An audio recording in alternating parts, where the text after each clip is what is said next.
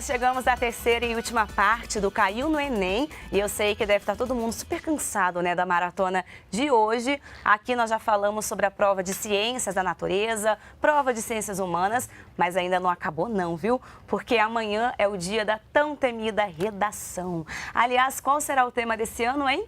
Corre, que dá tempo de mandar o seu palpite aqui pra gente pelo Facebook EBC na Rede ou pelo Twitter, @EBC na Rede, mandando sempre, claro, a hashtag Enem Dia 1. Enquanto isso, vamos descobrir o que os candidatos estão pensando sobre a prova de redação amanhã.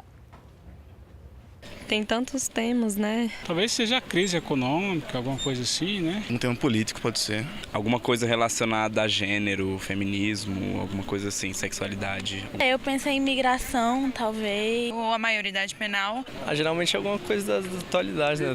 Vai ser provavelmente crise ou então falta d'água. Esses seriam meus palpites. Acho que é bem imprevisível. E aí, hein? Será que alguém conseguiu adivinhar? Além da redação, amanhã também vai ter prova de linguagens, tem prova de matemática. Lembrando, gente, um assunto importante, viu? Os portões abrem ao meio-dia, fecham à 1 da tarde. Então, quem chegar atrasado, ó, não entra não, viu? Atenção para o horário de Brasília, que é o que está valendo. Inclusive, já tem o horário de verão aqui. Então, você que acompanha a gente da Amazônia ou do Nordeste, fica ligadinho que a prova para vocês começa mais cedo porque não tem horário de verão, tá certo?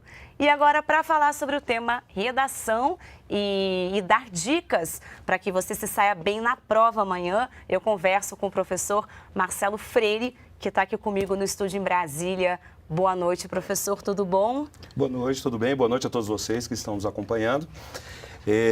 Antes de falar sobre a redação, eu queria fazer um comentário. A prova de hoje ela trouxe 3 questões com textos literários. E numa das questões era um verso do Drummond, apenas para preparar o aluno para o conteúdo cobrado, mas havia uma questão na qual o aluno precisava ter um conhecimento mínimo dos sertões, do Euclides da Cunha, e uma questão com um poeta angolano, que escreve em língua portuguesa, o Agostinho Neto. Então, a prova do Enem já mostrando que a noção de intertexto, de diálogo entre disciplinas, ela... É sempre muito presente, né? Sempre muito presente e vem se firmando, né? Em relação à redação, foi interessante porque alguns dos temas mencionados aí pelos candidatos são temas prováveis. Uhum. Outros não, né? Agora, essa é incógnita, né, professor? Porque o Enem, ele nunca é muito provável, né? Sempre acaba surpreendendo de alguma forma. Exatamente. Na verdade, o Enem ele parte da seguinte premissa. Ele cobra o que foi discutido em âmbito social no primeiro semestre do ano, da prova. Então, amanhã você terá na sua prova um tema que foi discutido até meados de junho, início de julho. Alguns temas nós podemos tirar da lista. O primeiro tema que nós podemos tirar da lista aí é o da crise hídrica, porque ele foi tema da terceira aplicação do Enem no ano passado.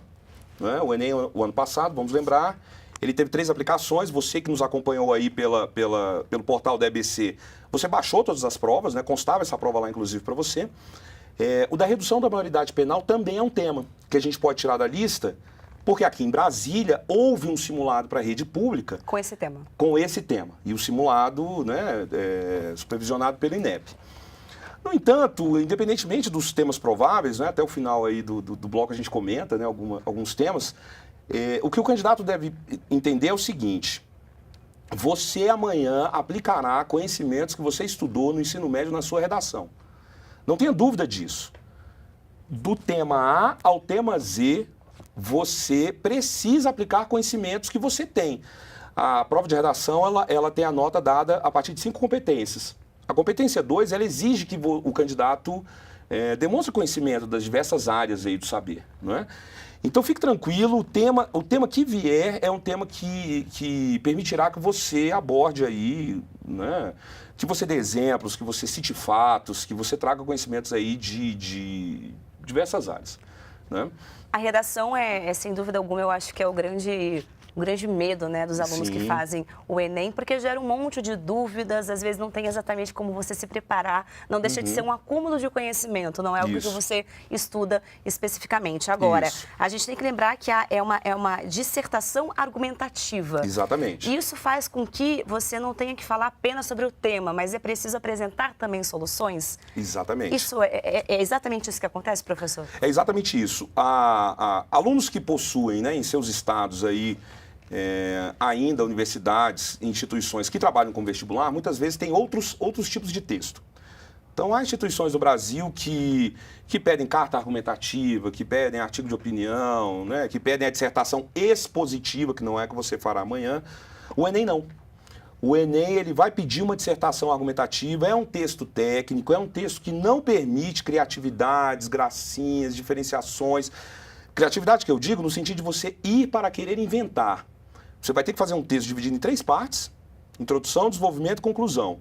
Para o aluno que já está com os estudos avançados, ele já pensa tese, que é o seu ponto de vista, argumentos para sustentar a sua tese, você tem que provar que o que você entende do tema é válido, e apresentar uma proposta de intervenção, né? Uma solução na qual você vai propor um ou mais de um agente para apresentar uma solução Que pro normalmente é tema. aí que está a maior dificuldade. É. É você sair do senso comum e propor algo que tenha coerência, que faça sentido. Exatamente. Eu costumo dizer, muito se questiona, né, sobre o fato da redação ser realmente a prova que é o verdadeiro bicho-papão. Eu costumo dizer que a prova de redação ela é antes uma prova de leitura. Ela é uma prova na qual o candidato, e aí fica uma dica importantíssima para você que está nos assistindo, não se prenda apenas ao tema, aquela frase. A prova de redação é uma prova na qual você tem que estruturar o seu texto em torno da proposta de redação. Ah, Marcelo, mas o que é a proposta de redação? As orientações iniciais, geralmente elas, né, se repetem ano após ano.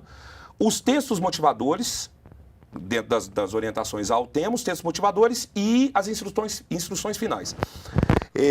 Os textos motivadores, eles são delimitadores do tema.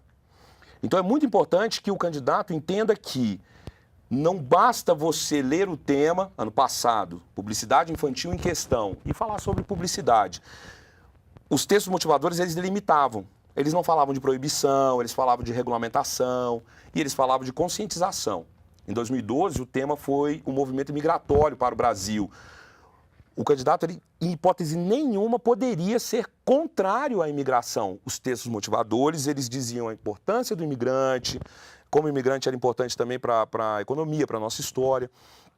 Então você amanhã, minha dica do fundo do coração, dedique de 5 a 10 minutos para a leitura da sua proposta de redação. Leia e releia os textos motivadores. Pense, por que esse texto motivador está aqui? Qual é a palavra-chave deste texto motivador? Por que será que esse texto motivador se relaciona com o tema? E aí desenvolva a sua redação. Dica importante, hein? É. Agora, direitos humanos.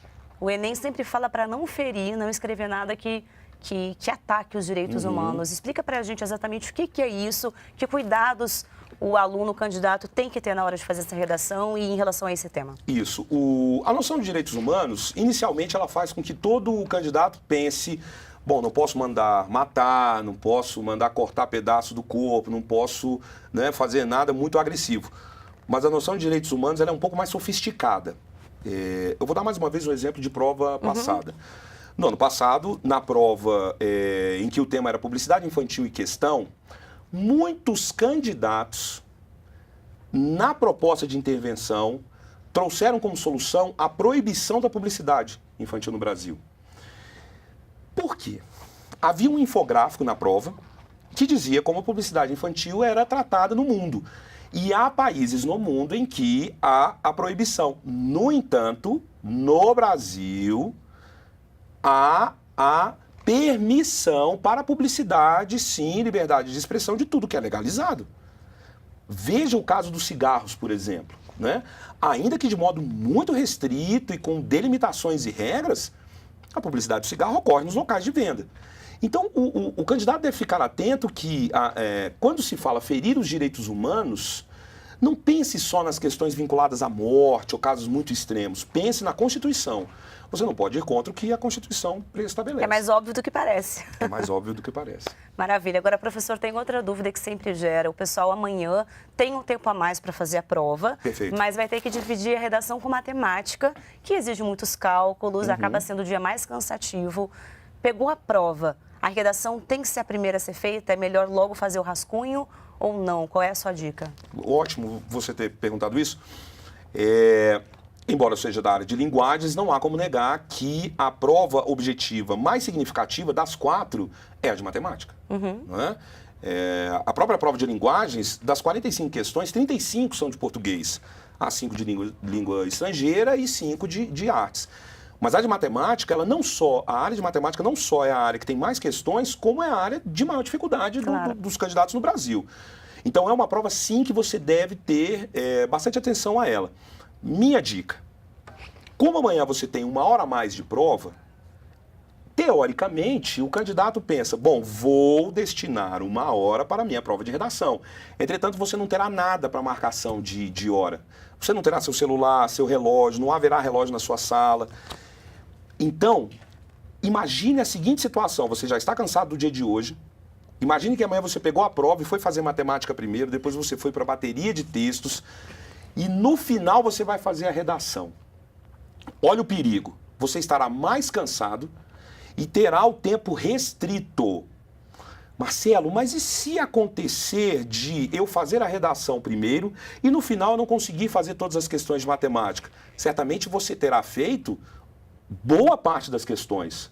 Chegar ao término da prova faltando 2, 3, 4 questões de matemática não lhe penalizará tanto quanto você deixar de terminar a sua redação. A competência 2 exige que você domine o texto dissertativo argumentativo. Vamos lembrar? Introdução, desenvolvimento, conclusão.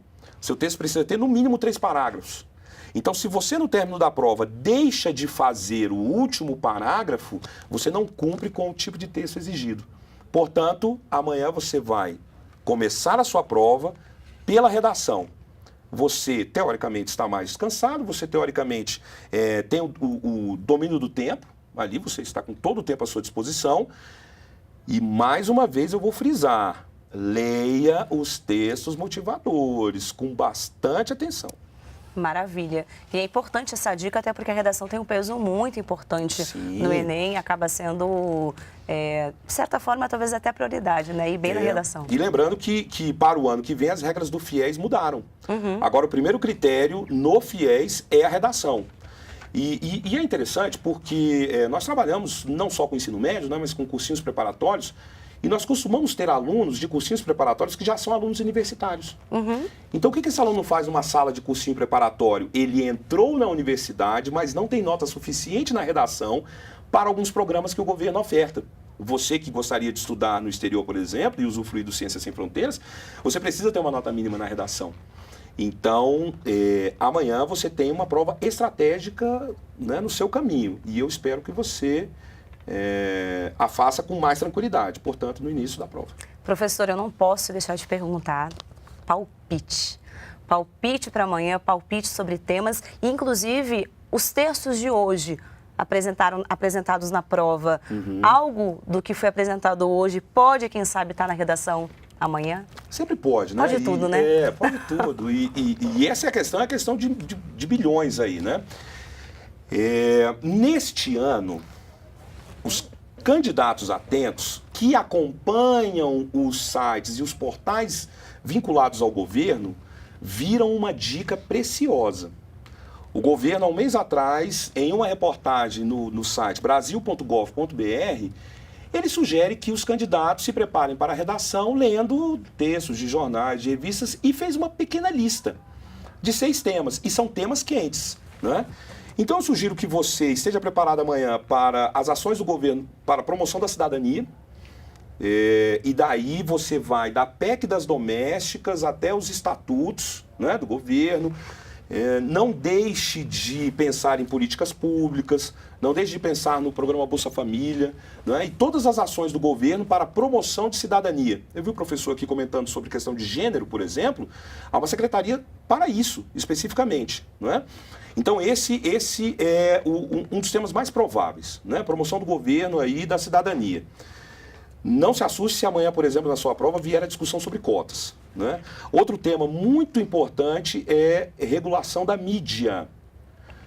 Nós tivemos no início do ano, por exemplo, questões muito importantes a respeito dos limites do humor e até que ponto o humor pode virar bullying. E olha que interessante, essa discussão ela foi pauta da campanha da presidente Dilma Rousseff. Ela diria que trataria dessa questão e está tratando dessa questão. Ou seja, a gente tem um leque enorme de possibilidades para a redação. Professor, você continua aqui comigo, mas eu vou ter que agradecer para o pessoal que acompanha a gente. Muito obrigada aí, professor Marcelo. Pelo menos agora, eu acho que está todo mundo mais preparado para a redação. Beleza. E também mais aliviado, porque são dicas que sempre valem a pena serem ouvidas. Eu agradeço também aos professores que passaram pelo programa de hoje. A participação de vocês todos foram muito importantes. Eu agradeço principalmente a você que nos acompanhou pelo portal EBC, pelas rádios Nacional de Brasília, Nacional da Amazônia, Nacional do Alto Solimões, MEC AM do Rio de Janeiro e também pela TV Brasil. E quem quiser, continua com a gente, viu? Entra lá no nosso portal EBC e você pode falar com a gente pelo hashtag EnemDia1. Manda sua pergunta, a gente encerra aqui na TV Brasil, mas continuamos na internet aí com um bate-papo aqui com o professor e mais dicas de redação. Muito obrigada a você que nos acompanhou e amanhã eu estou de volta aqui na TV Brasil, nas rádios e na web. Muito obrigada, tchau, tchau.